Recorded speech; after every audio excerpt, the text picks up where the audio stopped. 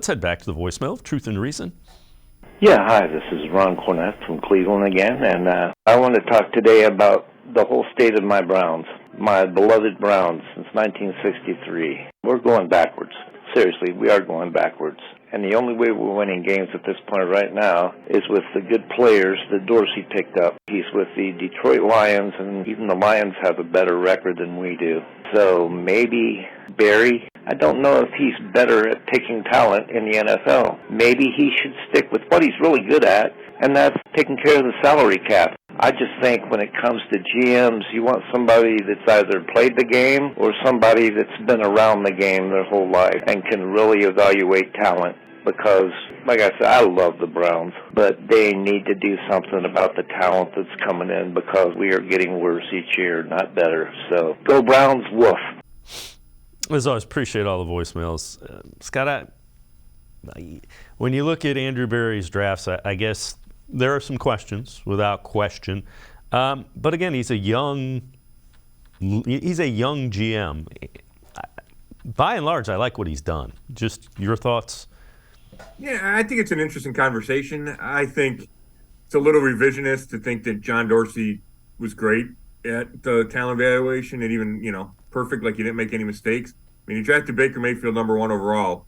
It's a pretty big mistake, right? Freddie Kitchens. Some of the guys. Yeah, Freddie Kitchens is a great, right? I mean, those are 1-2, right? Yep. 1-2. Okay, why is he not here anymore? I do think it's fair to question some of Andrew Berry's moves. There's no doubt about it. And some of the draft picks, is Jed Wills ever going to be good enough? Is a number 10 pick? I think that still needs to be answered.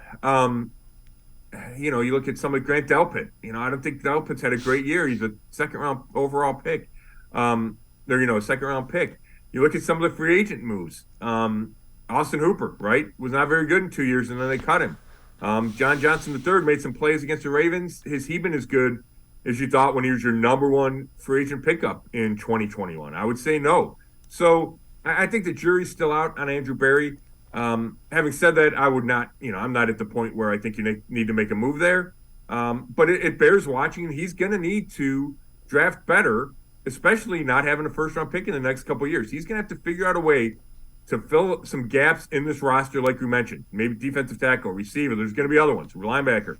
How's he going to do that with no number 1 picks and then shrinking salary cap availability because they have a lot of big contracts? So he's charged with some tough jobs, but I think he deserves a chance to try to figure it out. Yeah, I would agree. Without question, some of the picks, they have to develop and they have to come through that. Donovan Peoples-Jones looks like he was a steal where they got him. Martin Emerson looks really good.